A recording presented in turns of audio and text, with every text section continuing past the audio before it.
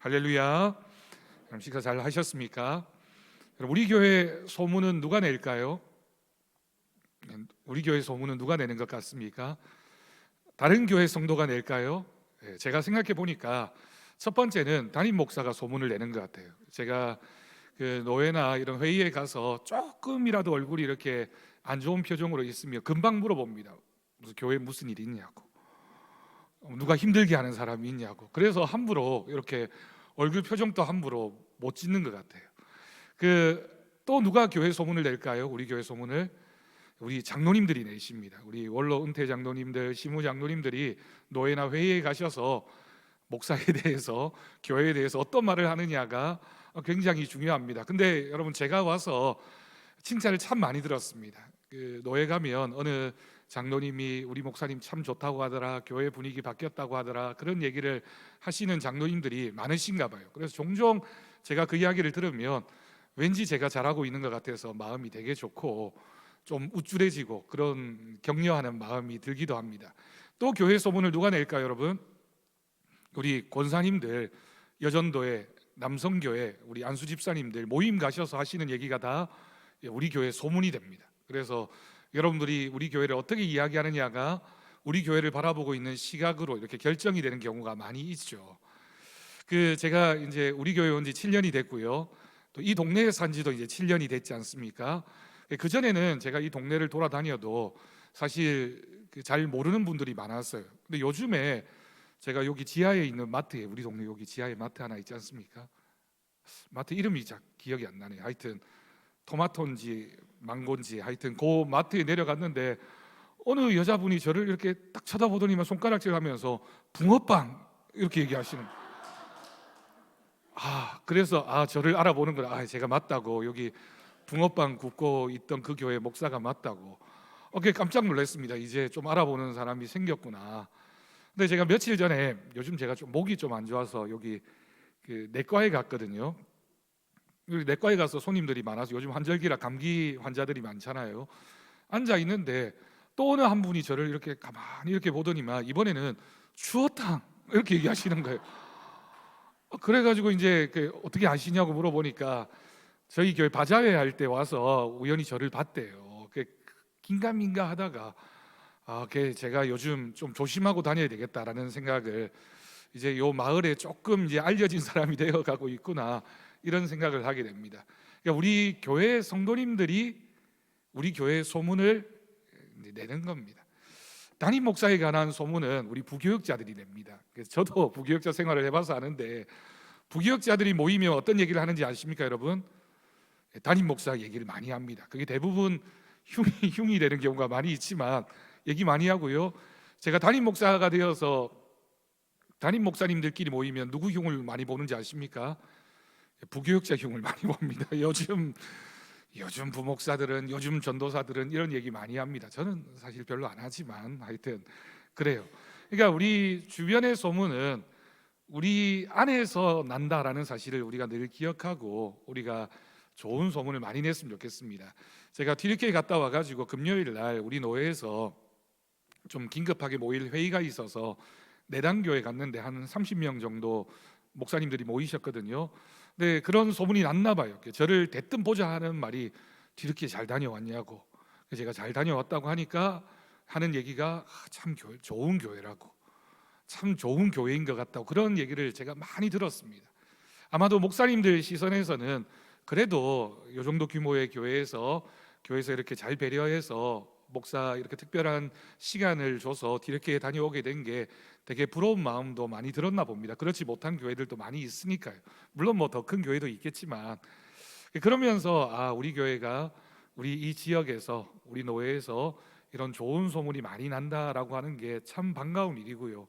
그런 소문을 통해서 우리 교회가 그 소문만큼이나 더 아름답게 성장해가고 더 좋은 교회가 되었으면 좋겠다라는 생각을 했습니다. 여러분들도 꼭 기억하시고, 우리 교회 소문은 내가 낸다. 내가 어떤 소문을 내느냐에 따라서 우리 교회가 그런 모습으로 변화되어질 것이다라는 그런 마음으로 함께 우리 행복한 교회를 만들어 갔으면 좋겠습니다.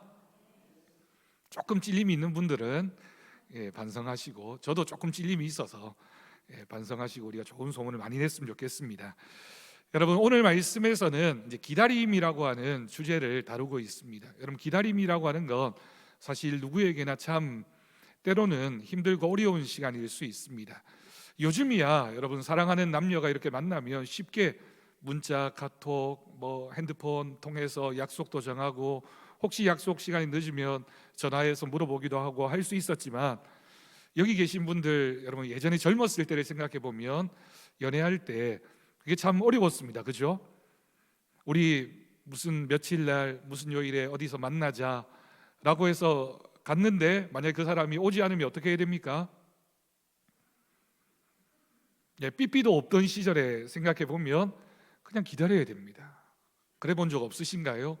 그냥 올 때까지 기다립니다. 혹시나 이 약속을 내가 잘못 생각한 것 아닌가, 장소를 잘못 들은 것 아닌가, 오늘이 아닌가라는 생각을 가지고 열심히 기다립니다. 기다리다가 끝내 그 약속 장소에 그 사람이 오지 않으면 어떻게 하셨습니까? 그 집으로 찾아가죠. 그 집으로 찾아가서, 그런데 또 부모님하고 함께 있으니까 어떻게 연락할 방법도 없고, 우리가 드라마나 영화에서 많이 봤던 것처럼 그 창문에다가 너무 큰 돌 던지면 안 되고요. 그럼 큰일 납니다. 소리가 날 만한 조그만 거 하나 주워가지고 톡톡 던져가지고, 그런 방법밖에 없잖아요. 그렇게 연락해서 나오면 다행이고 안 나오면 이제 막연해집니다. 그래서 한번 약속을 잡으면 꼭 헤어지기 전에 그 다음 약속을 정확하게 잘 잡아야지만 만날 수 있지, 안 그러면 참 만나기가 어려웠던 그런 시절도 있습니다. 요즘 아마 우리 부목사님이나 전도사님이야 무슨 얘기를 하는 건가, 그런 때가 도대체 어떻게 그럼 그때 만났어? 라고 생각하겠지만, 정말 그런 때가 있었습니다. 언제 올지 모르는 시간을 견디는 것은 인내가 필요합니다. 그런데 여러분, 기다림이라고 하는 건 막연히 그냥 무작정 기다려서 이루어지지 않을 때도 있습니다. 또 우리가 기다리면서 그때 가서 준비하면 되겠지, 그때 가면 얼마든지 시간이 있을 텐데 라고 생각하지만, 그것도 틀리는 경우가 있습니다. 오늘 말씀에서 예수님은 분명히 말씀하십니다. 우리가 하나님 나라를 기다린다라고 했을 때, 하나님이 우리에게 약속하신 그 시간을 기다린다고 했을 때, 기대만으로는 충분하지 않고요, 반드시 뭐가 있어야 된다? 오늘 말씀에서 기다림이라고 하는 단어와 더불어서 그 기다림을 완성시키기 위해서는 반드시 준비가 있어야 된다라고 하는 것을 우리에게 가르쳐주고 있습니다. 오늘 말씀을 우리가 열처녀 비유라고 보통 제목을 짓습니다. 이 열처녀 비유는 재림신앙, 그러니까 우리가 오셨던 예수님에 대한 그런 기다림은 이미 지나갔고요, 다시 오실 예수님을 우리가 어떻게 기다릴 것인가, 그 기다림에 대한 본질을 보여주고 있는 말씀입니다. 그래서 오늘 말씀에서는 굉장히 비슷한, 겉모습이 비슷한 10명의 처녀가 나오고 있지만, 그 10명의 처녀가 5명으로 나누어지는 데는 결정적인 분명한 차이가 있었다라고 하는 것이죠. 오늘 본문을 여러분 한번 생각해 봅시다. 10처녀, 같은 기다림이 있었지만 전혀 다른 결말을 맞이했습니다. 오늘 말씀은 4가지 초점을 우리에게 보여줍니다. 여러분, 첫 번째 초점이 뭡니까? 모두가 신랑을 기다리고 있었다라고 하는 겁니다. 본문에 등장하는 10처녀는 모두 신랑을 기다렸습니다. 그리고 모두 등을 가지고 있었습니다. 그리고 모두 혼인잔치에 참여할 마음도 있었습니다. 여기까지의 모습만 보면 전혀 다르지 않은 모습으로 똑같이 등을 들고 언제 신랑이 올까, 그 신랑을 간절히 기다리고 있는 모습에는 동일한 모습이라는 것을 볼 수 있습니다. 이 모습은 사실 오늘날 우리 교회 안의 모습을 떠올리게 합니다. 모두가 주일이 되면 예배당에 나와서 비슷한 모습으로 예배를 드립니다. 예배를 드리고 식사를 하고 대화를 하고 또 찬양 예배에 참석해서 함께 예배를 드립니다. 그래서 겉모습만으로는 누구나 다 할 것 없이 좋은 신앙인인 것 같고, 모두가 예수님을 기다리고 있는 이 열처녀처럼 보일 수 있습니다. 그러나 오늘 말씀은 사실은 두려운 경고도 우리에게 들려주고 있는데, 그 기다림의 내용이 다르다라고 예수님이 말씀하셨습니다. 너희가 비슷하게 기다리고 있는 것 같지만, 10명의 처녀처럼 비슷하게 예수님을 기다리고 있는 것 같지만, 그 본질적인 내용에 있어서는 전혀 다를 수 있다라고 하는 것이죠. 여러분, 여기까지 말씀을 듣고 나는 어떤 처녀에 속하는지 한번 생각해 보십시오. 두 번째는 슬기로운 다섯과 미련한 다섯의 차이입니다. 10명의 처녀가 딱 두 종류로 나뉘어지네요. 제가 정확하게 기억은 안 나는데 그런 말이 있습니다. 미련한 곰하고 사는 것보다 여우인가요? 여우하고 사는 게 낫다, 그런 말이 있었던 것 같은데 들어보셨습니까? 그 얘기를 하려고 하는 건 아니고요. 여기에서 미련하다 또는 슬기롭다라고 하는 건 지식에 관한 것이거나 학식에 관한 것 또는 성품에 관한 이야기를 하는 것이 아닙니다. 우리가 성품으로는 미련할 수 있지만 믿음에 있어서는 얼마든지 지혜로울 수 있죠. 그 차이가 무엇일까요? 슬기로운 처녀들은 등을 준비했고요, 그 등에 기름을 담았을 뿐만이 아니라 또 하나를 더 준비했습니다. 더 준비한 것이 무엇입니까? 혹시라도 이 기다림의 시간이 끝나게 되었을 때 기름이 충분하지 않으면 여분의 기름이 필요할 텐데, 그래서 또 사용해야 될 여분의 기름을 준비했습니다. 미련한 처녀들이라고 불리는 이 5명의 처녀들은 사실은 앞부분은 똑같았습니다. 등도 준비하고 그 등에 기름도 채웠습니다. 하지만 여분의 기름은 준비하지 않았습니다. 그리고 신랑이 더디 옵니다. 기다림의 시간이 얼마나 사람을 힘들게 하는지 모릅니다. 더디 옵니다. 예수님께서 다시 오시겠다라고 한 약속이 지금 2026년이잖아요. 이렇게 더디 시간이 흘러가고 있습니다. 그 시간 동안 모두 졸며 잠들었습니다. 여기서 중요한 것은 슬기로운 5 처녀는 잠들지 않았다가 아닙니다. 미련한 처녀도 다 졸았고요, 슬기로운 처녀도 다 졸았습니다. 예수님이 신랑이 만약 엄격한 사람이라면 왜 졸았느냐, 너는 졸았으니까 안 돼라고 말씀하시겠지만 우리가 믿는 주님은 참으로 자비로우신 분이십니다. 우리가 좋은 것에 대해서 책망하지 않으시고 졸았다는 사실을 눈감아 주십니다. 이 비유는 우리에게 어떤 이야기를 들려줍니까? 잠들면 안 된다라고 하는 것이 아니라 잠들 수 있지만 뭘 하라고요? 깨어 있을 수 있도록 무엇을 준비했느냐, 그리고 우리가 잠들 수 있지만 준비되어져 있느냐, 우리가 뭘 준비해야 되느냐. 우리의 삶에 여러 가지 고단함과 피곤함과 어려움이 있지만 그래도 우리가 믿음이 있는 사람이라면 분명히 준비되어져야 할 것이 있다라고 하는 겁니다. 여러분, 우리가 뭘 준비해야 될까요? 그 여분의 기름이 무엇을 의미합니까? 세 번째 초점은 한밤중의 외침입니다. 갑작스러운 순간이 찾아오게 됩니다.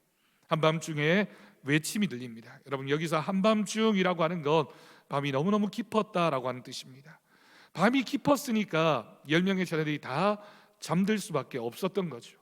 만약 초저녁이었다면 조금 잘 견디는 사람은 얼마든지 견딜 수 있겠죠. 조금 시간이 지난 때라면 그래도 견디는 사람이 있을 수 있습니다. 그러나 한밤중이라고 하는 건 누구나 잠들 수밖에 없는 그런 시간이 되었다라고 하는 겁니다. 그리고 외침이 들렸습니다. 보라, 신랑이 왔다. 맞으러 나오라. 그때 이 10처녀가 극명하게 상황이 달라지게 됩니다. 미련한 처녀들은 깨닫습니다. 기름이 부족하다는 사실을 알게 됩니다. 그리고 이 5 처녀가 슬기로운 처녀들에게 말합니다. 너희 기름을 좀 나눠달라. 그런데 여러분, 이 기름은 나눌 수 없는 기름입니다. 왜냐하면 신랑을 맞이하기 위해서는 여분에 준비되어진 기름은, 그 기름은 나에게 필요한 기름이지 나눌 수 없는 기름이었기 때문입니다. 여러분, 우리의 믿음은 사실 대리할 수 없습니다. 어떤 분들이 종종 우스갯소리로 그런 얘기를 합니다. 내 부모님이 잘 믿었으니까 저 자녀는 천국 가겠지, 좋은 믿음이겠지. 여러분, 정말 그럴까요? 우리 부인이 믿음 좋은 권사님이니까 나는 조금 덜 신앙해도 되겠지, 아니면 내 남편이 좋은 신앙을 가지고 있으니까 나도 덩달아 뭔가 되지 않을까. 여러분, 신앙에 있어서는 그렇지 않습니다. 오늘 말씀은 너의 기름은 네가 준비해야 된다. 누군가에게 빌릴 수 없는 기름이 있다라고 하는 것을 알려주고 있습니다. 또는 여러분, 우리 교회가 뜨거운 신앙을 가진 교회라 할지라도, 우리 교회가 신앙으로 불타오르고 있다 할지라도 그 중에 한 사람 내가 준비되어져 있지 않으면 하나님과 상관이 없을 수도 있습니다. 여러분, 부모님도 배우자도 교회도 신앙만큼은 나를 대리할 수 없다. 내 신앙의 기름은 내가 준비해야 된다라는 사실을 우리는 이 비유를 통해서 기억해야 합니다. 네 번째는 닫힌 문입니다. 돌이킬 수 없는 순간이 옵니다. 닫혔다라고 하는 건 이제 끝이라는 뜻입니다. 그럼 기다림의 시간이 길었고 한밤중이 되어서 신랑이 불현듯 갑자기 찾아왔지만 그 시간도 잠시 닫힌 때가 오게 됩니다. 미련한 처녀들이 기름을 사러 간 사이에 신랑은 도착했고 준비된 처녀들은 혼인잔치에 들어갔습니다. 그리고 성경은 오늘 말씀의 마지막 부분에서 문이 닫혔다라고 기록하고 있습니다. 나중에 기름을 들고 찾아온 처녀들이 와서 외칩니다. 주여 주여 우리에게 열어주소서. 신랑이 뭐라고 대답합니까? 내가 너희를 알지 못한다. 마지막 날에 우리가 천국 잔치에 들어가야 되는데 그 천국 문이 닫히고 우리가 주님을 부르고 있는데 주님이 우리를 향해서 나는 너를 알지 못한다라고 하는 소리를 듣는다면 우리의 마음이 어떠할까요? 그 준비되지 못한 기름 때문에 신랑과 함께 혼인잔치에 참여하지 못했다라고 하는 겁니다. 여러분, 여기에서 이 신랑이 한 말이 굉장히 중요합니다. 내가 너희를 알지 못한다. 그 신부가 기름을 준비하지 않았다 이렇게 책망하지 않으셨고요, 이 신랑은 내가 너를 알지 못한다라고 말씀합니다. 관계의 부재를 뜻합니다. 겉으로는 알던 사이 같았고 예배를 잘 드리는 것 같았고 직분도 있는 것 같았고 열심히 신앙생활하는 것 같았지만 결국 하나님과의 관계가 없었다라고 하는 겁니다. 그러니 내가 하나님을 제대로 믿고 있지 않았으니 하나님이 우리를 알지 못했다, 내가 너를 알지 못한다라고 그 5 처녀는 그 잔치에 들어갈 수가 없었습니다. 그럼 마지막 적용입니다. 이 비유가 우리에게 말하는 3가지 준비가 있습니다. 그러면 오늘 비유의 이 말씀을 통해서 우리는 뭘 준비해야 될까요? 오늘 이 말씀에 3가지 준비가 필요하다는 사실을 분명히 들려주고 있습니다. 첫 번째는 신앙은 관계이지 형식이 아니라는 겁니다. 여기에서 형식은 등을 말합니다. 여러분, 등은 준비되어졌습니다. 등에 시간이 지나면서 눈에 보이는 등은 있었지만 그 가운데 기름이 없었다라고 하는 건 하나님과의 친밀한 관계가 메말라 오고 떨어진 순간이 찾아왔다는 뜻입니다. 형식은 있었지만, 예배는 드리고 있었지만, 말씀은 듣고 있었지만, 직분은 가지고 있었지만 생명은 없었습니다. 신앙의 본질은 예배에 참석 몇 번 했느냐 또는 어떤 직분을 가졌느냐가 아니라 주님과 네가 얼마나 가깝게 살아있는 관계를 맺었느냐입니다. 그래서 여러분, 여기 준비되어져야 될 기름은 성령의 역사, 말씀과 기도 가운데 쌓여져가는 내면의 신앙을 상징합니다. 우리 안에 주님이 계시는가? 우리가 정말 주님을 어떻게 예배하고 있는가? 우리가 예배당에 앉아서 예배를 드릴 때 정말 사모하는 마음으로 하나님 말씀으로 듣고 그 말씀을 일주일을 살아가면서 우리의 삶에서 어떻게 살아내려고 애를 쓰고 있느냐, 주님과 친밀한 관계가 우리가 준비해야 될 기름임을 기억할 수 있기를 바랍니다. 두 번째로, 준비는 미룰 수 없습니다. 미련한 처녀들은 그렇게 생각했겠죠. 내가 지금까지 기다렸는데 신랑이 오지 않았고 혹시 기름이 좀 부족하다 하더라도 나중에 준비해도 되지 않을까, 나중에 준비해도 된다라고 하는 생각이었습니다. 근데 여러분, 우리의 신앙을 위협하는, 우리의 신앙을 병들게 만드는, 우리의 신앙을 없는 신앙처럼 만들어버리는 가장 무서운 것은 사실은 나중에입니다. 지금이 아니라 나중에 해야지, 나중에 기도해야지, 나중에 봉사해야지, 나중에 예배해도 되지 뭐, 오늘만 꼭 날인가, 다음 주에, 다음 달에. 성경은 즉시를 말하고 있고 지금 순종하지 않는 사람은 영원히 순종할 수 없다는 사실을 우리에게 들려주고 있습니다. 구원도 믿음도 순종도 오늘의 선택에서 자라나게 됨을 기억하고 오늘 내가 어떤 예배를 드리고 있는가, 하나님 앞에 어떻게 순종의 모습으로 직분을 감당하고 있는가, 내가 오늘 정말 주님의 말씀 앞에 내 마음을 내어드리면서 하나님 말씀을 사모하고 있는가 결단하는 우리 성도들이 될 수 있기를 바랍니다. 마지막 3번째, 마지막 순간은 갑자기 옵니다. 신랑은 예고 없이 찾아왔습니다. 주님의 재림도 갑자기 예고 없이 찾아올 것입니다. 어떤 분들은 2026년에도 오지 않았는데 라고 생각하실지 모릅니다. 그러나 여러분, 더 무서운 건 우리의 생명의 시간을 우리가 알지 못한다는 겁니다. 우리의 인생의 끝도 그렇습니다. 우리가 오늘 이 저녁에 내일은 내가 어디를 가야지, 누구를 만나야지, 뭘 먹어야지, 내일은 내가 이렇게 될 거야 라고 자신하며 잠에 들지만 그 잠에서 깨어날 것이라고 확신할 수 있는 사람은 아무도 없습니다. 그래서 예수님은 마지막에 이렇게 말씀하셨습니다. 그런즉 깨어 있으라. 너희는 그날과 그때를 알지 못하느니라. 여러분, 여기서 깨어 있음이란 눈을 뜨고 버티는 것이 아니라 준비되어진 모습으로 믿음의 준비가 있는 삶을 살아가고 있느냐? 너는 그 여분의 기름을 준비하고 그 기름을 준비한 채 살아가고 있느냐를 우리 주님이 물으십니다. 한 병원에서 큰 정전 사고가 발생한 적이 있었습니다. 다행히 비상 발전기가 설치되어져 있었습니다. 그런데 막상 전기가 끊기자 그 발전기가 작동하지 않았습니다. 이유는 간단했습니다. 발전기는 있었지만 그 발전기를 돌릴 기름이 준비되어지지 않았기 때문입니다. 여러분, 비상시에 필요한 것은 있다라고 하는 사실이 아니라 작동할 수 있도록 준비되어져 있느냐.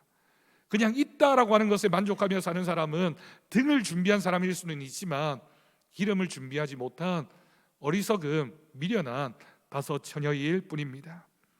여러분, 신앙이 그렇습니다. 겉모습은 그럴듯해 보일 수 있고 잘하고 있는 것처럼 보일 수 있지만 내 안에 믿음의 기름이 채워져 있지 않다면 결정적인 순간에 쓸 수가 없습니다. 여러분, 열처녀 비유는 사실 이 비유를 들으면서 굉장히 하나님의 말씀이 냉정하게 보일 때가 있습니다. 그래도 다섯 처녀에게도 또 한 번 기회를 주셨으면, 그러나 여러분, 냉정해 보이지만 사실은 은혜의 초청입니다. 예수님은 우리를 겁주기 위해서 이 말씀을 하신 것이 아니라 우리에게 오늘도 지금 준비하라고, 너에게 기회가 있다고, 지금 준비하면 된다라고 말씀하시는 은혜로의 초청입니다. 여러분, 이 말씀은 열처녀인 우리를 향해서 주신 말씀이고 지금도 늦지 않았으니 우리는 믿음의 준비를 해야 할 것입니다. 그 준비가 잘 되어져 있으면 어느 때에 우리의 인생 가운데 주님이 오시더라도 우리는 기쁨과 감사와 찬양으로 천국잔치, 혼인잔치에 들어가서 신랑 되신 주님과 함께 영원토록 하나님 나라에서 기쁨으로 살아가는 때가 있을 줄로 믿습니다. 오늘도 말씀 앞에 서고 오늘도 기도하고 오늘도 찬양하고 오늘도 감사하며 오늘도 예배하며 오늘도 전도하며 믿음으로 살아가는, 그래서 주님 오시는 그날 잘하였다 착하고 충성된 종아, 그 칭찬의 목소리를 듣는 우리 더사랑교회 모든 성도가 되기를 주님의 이름으로 축복합니다. 우리 찬송가 484장 함께 찬양하겠습니다.